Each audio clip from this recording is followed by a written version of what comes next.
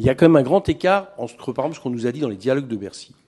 Sur la problématique du crédit impôt recherche, ça a été dit, entre ce qu'il peut coûter et à un moment donné sa rentabilité en termes de recherche pour essayer au moins de le réformer. Il n'y a pas un seul amendement pour l'instant de la majorité qui propose de le réformer. On est quand même, je répète, dans une situation où c'est les plus grands groupes, on pourra me dire ce qu'on voudra, qui captent l'impôt recherche, et un groupe comme Sanofi, vous ne répondez jamais sur Sanofi, d'accord ? Il est passé en France, en quelques années, tout en touchant le crédit impôt recherche, à fermer, je crois qu'on est passé de 11 à 7 laboratoires à peu près.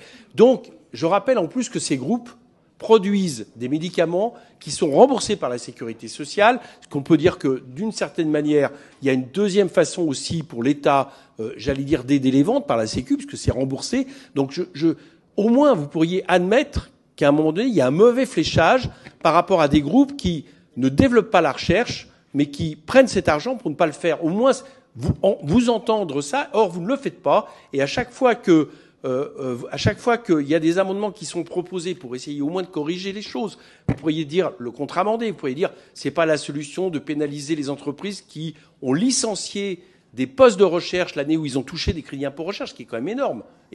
La réponse, c'est si on touche au crédit impôt recherche, on déstabilise tout. Non, aujourd'hui, ce crédit impôt recherche, il ne fonctionne pas, même de la manière dont l'imaginait l'initiateur. Au moins, on pourrait s'entendre là-dessus et commencer à travailler ensemble. Or, ce que je constate, c'est qu'il y a un constat, certains, comme M. Giraud, quand même, on produit des choses là-dessus et qu'il n'y a rien qui avance. Donc, franchement, c'est incompréhensible, sauf à se demander, je ne dis pas que c'est votre cas, mais sauf à se demander si à la fin, finalement, on ne veut pas toucher au fait que les plus grosses boîtes continuent à recevoir des crédits d'impôt recherche tout en supprimant des emplois de recherche en France. C'est pas possible. C'est pas admissible.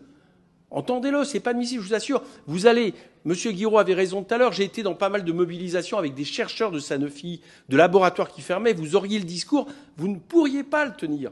Concrètement, et je suis sûr que pour la plupart vous êtes sincères, donc travaillons à essayer au moins de faire en sorte que l'argent aille où il doit aller, quoi.